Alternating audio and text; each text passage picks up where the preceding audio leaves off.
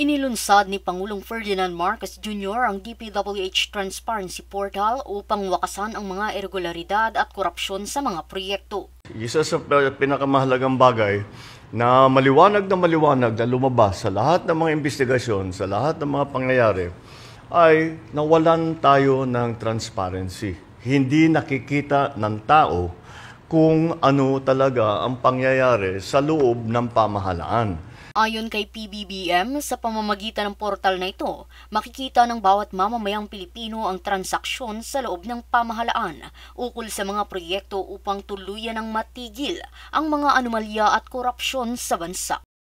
Upang ito ay ma-access, isearch lamang ang link na nakatala sa inyong screen.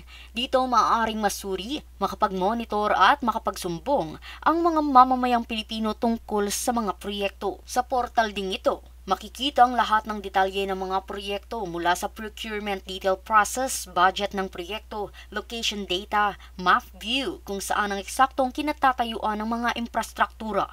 Ayon sa Pangulo, gamit ang live stream option sa portal, mapapanood rin ang lahat ng ongoing procurement activities. Bukod pa dito, gamit naman ang geotag photos, masusubaybayan ang bawat proseso ng proyekto sa tulong ng satellite imagery ng Philippine Space Agency o PhilSat. Dagdag pa ni PBBM, sa tulong ng artificial intelligence, makakakuha din sa portal na ito ng kumpletong data at ng impormasyon sa mga pampublikong infrastruktura. Sa kanya pang pahayag, kanyang pinunto na ito ang magiging pader laban sa korupsyon upang mabigyan ng kalinawan at magkaroon ng transparency ang pamahalaan sa bawat Pilipino. Batid pa ng Pangulo, titiyakin nitong ang mga opisyalis na makikitang lumabag sa batas ay kanilang aaksyonan agad.